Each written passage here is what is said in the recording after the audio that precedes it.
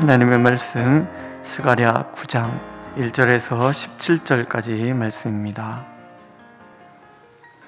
스가랴 9장 1절에서 17절 한 목소리로 읽겠습니다. 1절 여호와의 말씀이 하드락 땅에 내리며 다메섹에 머물리니 사람들과 이스라엘 모든 지파의 눈이 여호와를 우러러 보미니라. 그 접경한 하맛에도 임하겠고 두로와 시돈에도 임하리니 그들이 매우 지혜로움이니라. 두로는 자기를 위하여 요새를 건축하며 은을 티끌같이 금을 거리에 진흙같이 쌓아도다. 주께서 그를 정복하시며 그의 권세를 바다에 쳐 넣으시리니 그가 불에 삼켜질지라. 아스글론이 보고 무서워하며 가사도 심히 아파할 것이며 에그로는 그 소망이 수치가 되므로 역시 그러하리라. 가사에는 임금이 끊어질 것이며 아스글론에는 주민이 없을 것이며 아스돗에는 잡족이 거주하리라. 내가 블레셋 사람의 교만을 끊고 그의 입에서 그의 피를 그의 이사이에서 그 가증한 것을 제거하리니 그들도 남아서 우리 하나님께로 돌아와서 유다의 한 지도자같이 되겠고 에그로는 여부스 사람같이 되리라. 내가 내 집을 둘러 진을 쳐서 적군을 막아 거기 왕래하지 못하게 할 것이라. 포악한 자가 다시는 그 지경으로 지나가지 못하리니 이는 내가 눈으로 친히 봄이니라. 시온에 따라 크게 기뻐할지어다. 예루살렘에 따라 즐거이 부를지어다.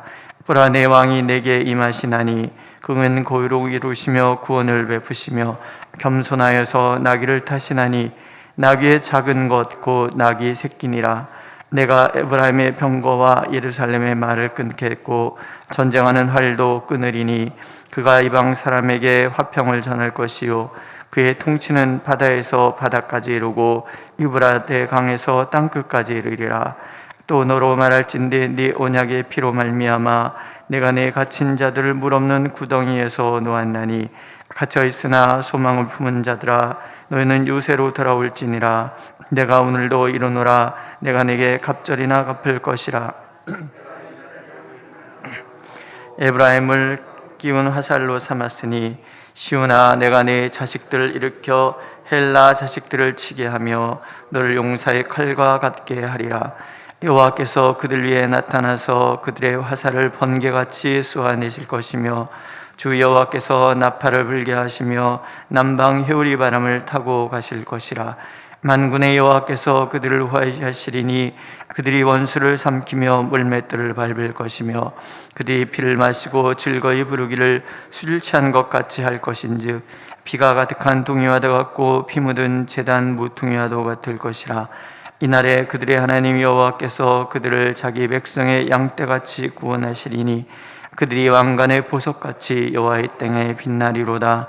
그의 형통함과 그의 아름다움이 어찌 그리 큰지 곡식은 청년을 새 포도주는 처녀를 강건하게 하리라. 아멘. 스가랴 선지자를 통해서 하나님의 자기 계시는 만군의 여호와였습니다. 온 세상의 통치자 되시는 하나님, 그 하나님께서 성전을 재건하라 그렇게 명하시는 거죠. 성전 재건의 목적이 있는 것은 아닙니다. 성전을 재건하시는 이유인 거죠. 성전 재건이 바로 하나님 나라의 확장의 큰 거점, 시작점이 될 것이다. 하나님 그렇게 말씀하고 계시는 거예요. 하나님께서는 새로 지어질 그 성전의 기반을 두시고 이 땅과 이 역사 속에서 하나님의 나라를 이루어 가실 것입니다. 그리고 그 중심에는 메시아가 있는 거예요. 성전 재건을 명하시는 이유가 이 성전이 메시아가 만왕의 왕으로 등극할 곳이기 때문이다. 그런 뜻인 거죠. 작은 일의 날이라고 멸시하는 자들이 있었어요. 그러니까 사실 멸시라기보다는 마음이 회인 거죠. 본인들이 나라도 이루지 못했죠. 오랜 포로 생활에 돌아왔죠. 되는 일이 없죠. 성전 재건한다고 뭔 일이 있겠냐는 얘기죠. 이게 뭐 그렇게 큰 일이 될 것인가? 이게 뭐 별일인가? 이런 의심이 있는데 하나님은 그들에게 말씀하시는 거 작은 일 아니다.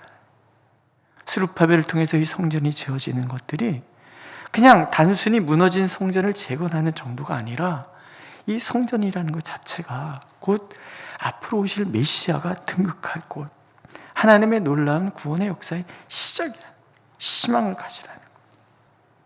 그러기 위해서 이제 오늘 이 9장에서부터는 하나님께서 하나님이 만왕의 왕이라는 것이, 만군의 여호와라는 것이 무엇인지, 오실 메시아가 누구신지에 대한 설명을 들려주고 계십니다.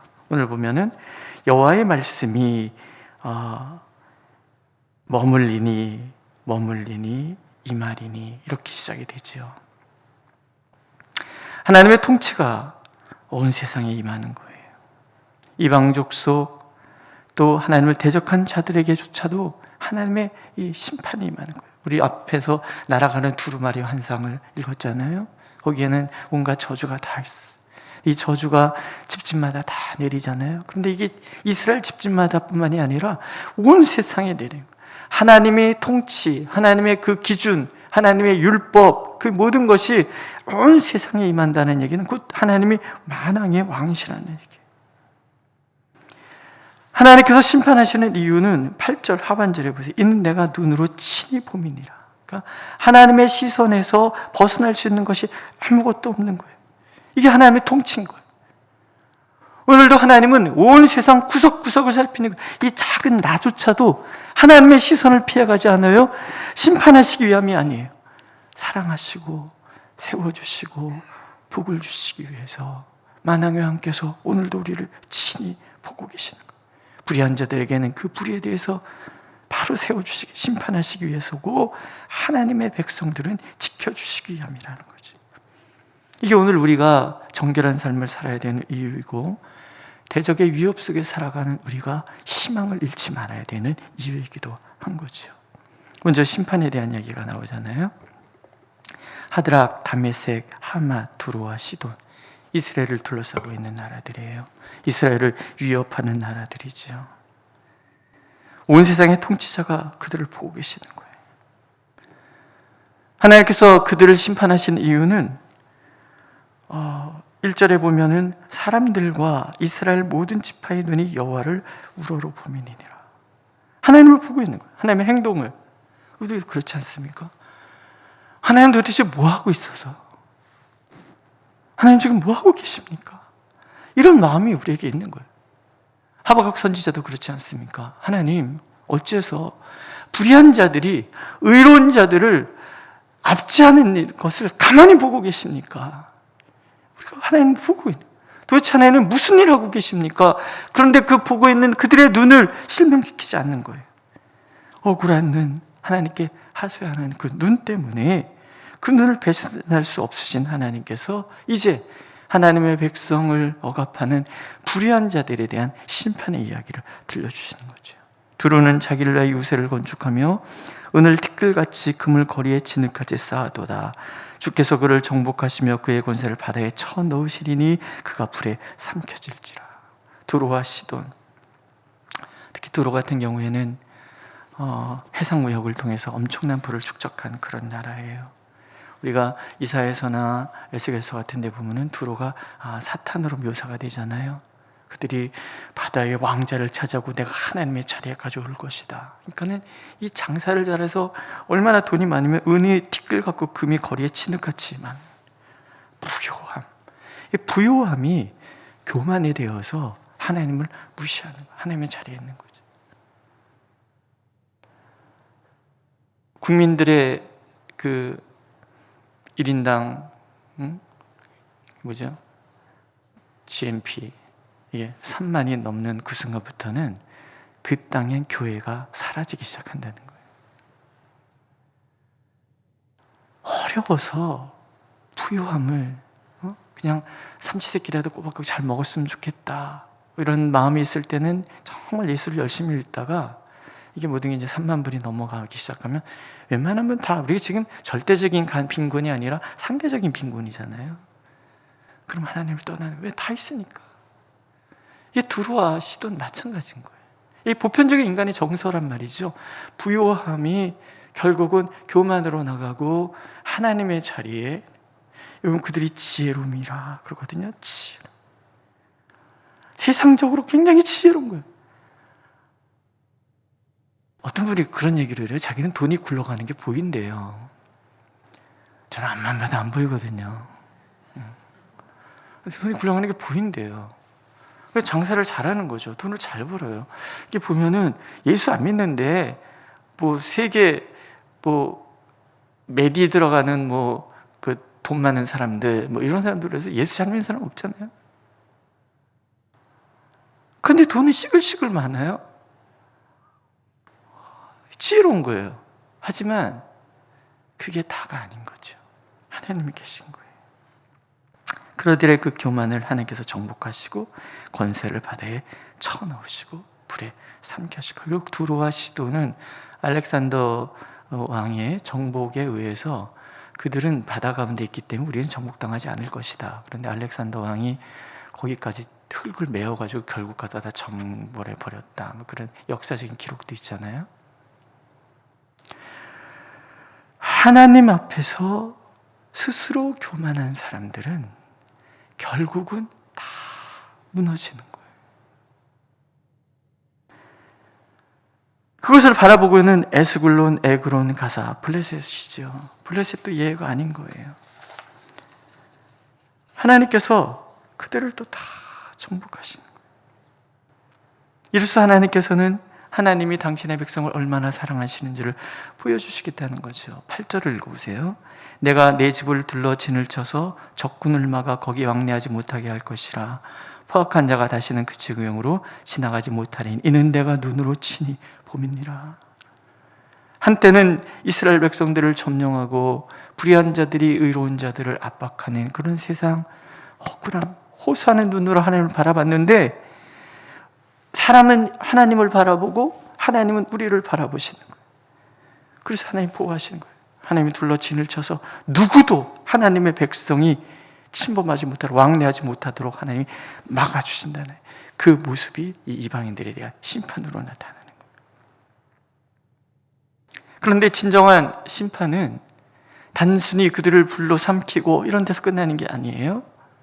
그들이 구원받아서 하나님의 백성 되는 것보다 더 완벽한 심판은 없는 거죠. 6절에 보면 아스돗에는 잡족이 거주하리라. 내가 블레셋 사람의 교만을 끊고 그의 입에서 그의 피를 그의 입 사이에서 그 가져간 것을 제거하리니 그들도 남아서 우리 하나님께로 돌아와 유다의 한 지도자같이 될 것이다.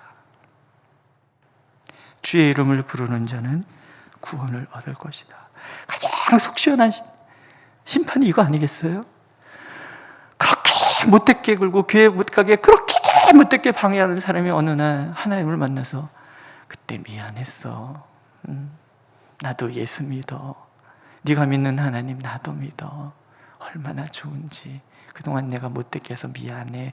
이거보다 더 숙시하는 게 그렇잖아요. 누가 어려움 당해서 그래서 막 고통 겪고 있다. 고바라 쌤통이다. 이거보다 더 행복한 건 뭐예요? 그 사람이 나와 같은 하나님의 백성이 되는 거죠. 변하여 새 사람이 되는 거죠. 그 일을 하시겠다. 대적자가 하나님의 사람이다. 무슨 뜻이겠어요? 이게 반어적인 표현이에요. 하나님을 대적하던 교만한 자들조차도 하나님의 백성을 삼아주시는 하나님이시라면 사랑하는 백성들이 하나님께 돌이킬 때는 어떻게 하시겠는가? 그런 얘기예요. 뒤에 보면은 왕관의 보석 같다라는 얘기예요. 우리를 바라보시는 하나님, 우리에게 주시고자 하시는 복이 뭐예요? 왕관의 보석같이 나를 만들어 주시는 거예요.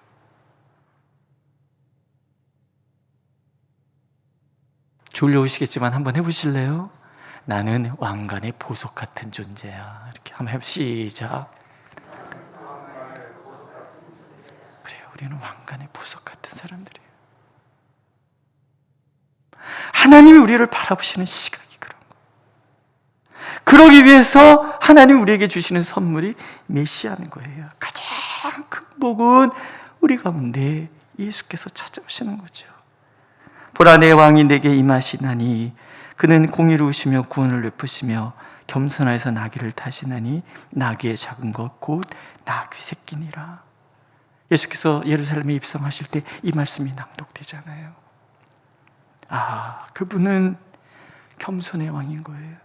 평화의 왕이신 거예요. 10절, 내가 에브라임의 병거와 예루살렘의 말을 끊겠고 전쟁하는 활도 끊으리니 그가 이방 사람에게 화평을 전할 것이요 그의 통치는 바다에서 바다까지 이르고 이브라데 강에서 땅끝까지 이르리라.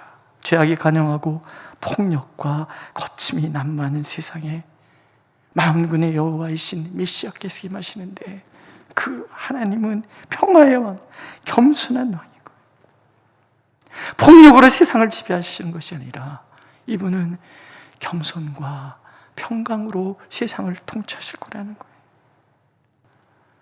복음서나 서신서에서 이런 예수 그리스도에 대해서 찬양하잖아요. 그는 근본 하나님의 본체시나 하나님과 동등됨을 취할 것으로 여기지 아니하시고 자기를 비워서 종의 형체를 가졌는데 사람의 몸으로 오셔서 급기야는 십자가에서 우리의 모든 죄악의 짐을 다 짊어지시고 돌아가시는 거예요. 그랬더니 하나님께서 예수 그리스도를 다시 살리셔서 모든 이름 위에 뛰어난 이름이 하늘에 있는 것, 땅에 있는 것, 땅 아래에 있는 모든 것이 그 이름 앞에 무릎을 꿇게, 이게 만군의 여호와. 예수께서 왕으로 등극하시는데 폭력과 억압으로 쟁취하시는 것이 아니라 겸손과 사랑과 화평으로.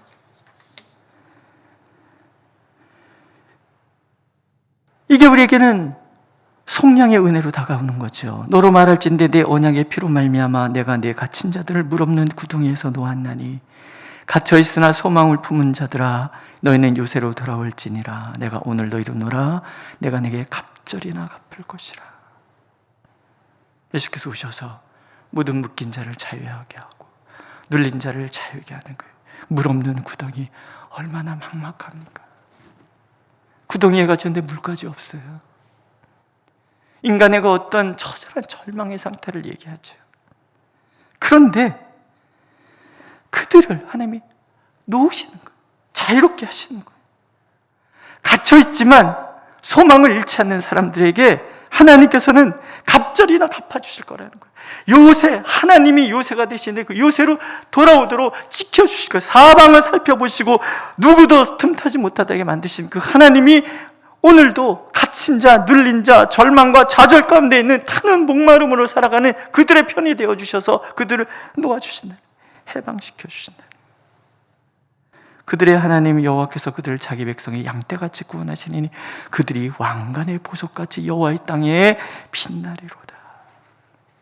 오늘 우리의 삶 가운데 어떤 어려움이 있든지 내가 예수를 믿는다는 것 때문에 내가 겪어야 되는 이러저러한 아픔들, 그것이 마치 물 없는 구덩이에 빠진 것 같은 그런 상황이라 할지라도 하나님께서는 소망을 잃지 말라는 거예요. 그리고 하나님께서 우리를 자유하게 하실 것이고 우리를 구원해 주실 것인데 우리를 왕관에 박힌 보석같이 빛나도록. 믿으십니까? 거기서 그치지도 않아요. 17절 보세요.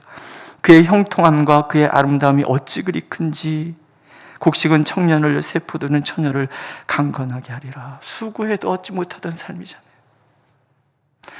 땀을 흘려도 거두지 못하던 삶이었어요. 그런데 이제는 형통함과 아름다움이 가득한 삶이 되도록 만들어주신 거예요. 누가? 다시 오실 예수 그리스도. 우리를 찾아오신 예수 그리스도. 예수 그리스도를 믿는 사람들에게 주시는 하나님의 약속인 거예요. 성전 건축에 무슨 의미가 있나? 그렇게 얘기하던 사람들에게 그렇지 않다. 평화의 왕, 겸손의 왕, 우리를 왕관의 보석같이 빛내고 형통과 아름다움으로 채워주셔서 물 없는 구덩이에 빠진 것 같은 우리의 삶을 이렇게 보배롭고 아름답게 만드실 예수께서 우리에게 오신다. 이 희망인 거죠. 그 메시아가 왕으로 등극할 그 장소를 만드는 것이니 얼마나 복된 일이냐. 오늘 우리가 예수 그리스도를 믿는다는 것이 그런 거예요. 오늘도 하나님께서는 우리가 그렇게 예수 믿는 우리가 얼마나 존귀하고 보배로운지, 오늘 내가 교회를 위해서 헌신하고 예수 그리스도 때문에 내가 오늘을 참아야 되고 오늘을 견뎌야 되는 그 모든 것들이 헛된 것이 아니라 하나님께서 우리를 왕관의 보석같이 빛내주시고 형통과 아름다움으로 채워주시는 날이 도래하고 마침내 그렇게 되도록 만드시는 은혜가 머무는 자리라는 것, 시간이라는 것, 결코 하나님은 우리가 잊지 않기를 원하고 계십니다. 그렇게 오늘도 주님 앞에서 살아가시고 그렇게 하나님의 놀라운 은혜를 마음껏 누리는 저와 여러분들이 되시기를 하나님은 원하고 계십니다. 기도하겠습니다. 그날에 말이 다른 이방 사람 백성 10명이 유다 사람 하나의 옷자락을 잡고 말하기를 하나님 너희와 함께 하심을 들었나니 우리가 너와 함께 가려 하노라 할 날이 임할 것이라는 주님의 말씀이 오늘도 우리 가운데 성취되어 예수 그리스도로 인하여 우리가 왕관의 보석같이 빛나고 형통함과 아름다움으로 풍성한 삶을 살게 될 줄로 믿습니다. 에베소서의 말씀처럼 하나님의 그 모든 풍성하심을 풍성하게 누리는 삶, 오늘 우리가 그렇게 주님 안에 있음을 믿사오니 혹여 우리 가운데 물 없는 구덩이에 빠진 것 같은 그런 좌절의 순간을 지나가는 우리 성도들이 있다 할지라도 하나님께서 반드시 지켜주시고 요새로 인도하여 주시며 왕관의 보석같이 빛나고 참으로 존귀함과 아름다움으로 가득한 삶 된다는 소망을 잃지 않게 인도하여 주시옵소서. 오늘 하루가 그렇게 주님 안에서 하나님의 풍성함을 누리는 삶 되도록 은총을 베풀어 주옵소서. 예수님의 이름으로 기도드렸습니다. 아멘. 하늘에 계신 우리 아버지, 아버지의 이름을 거룩하게 하시며 아버지의 나라가 오게 하시며 아버지의 뜻이 하늘에서와 같이 땅에서도 이루어지게 하소서. 오늘 우리에게 일용할 양식을 주시고 우리가 우리에게 잘못한 사람을 용서해 준 것 같이 우리 죄를 용서하여 주시고 우리를 시험에 빠지지 않게 하시고 악에서 구하소서. 나라와 권능과 영광이 영원히 아버지의 것입니다. 아멘.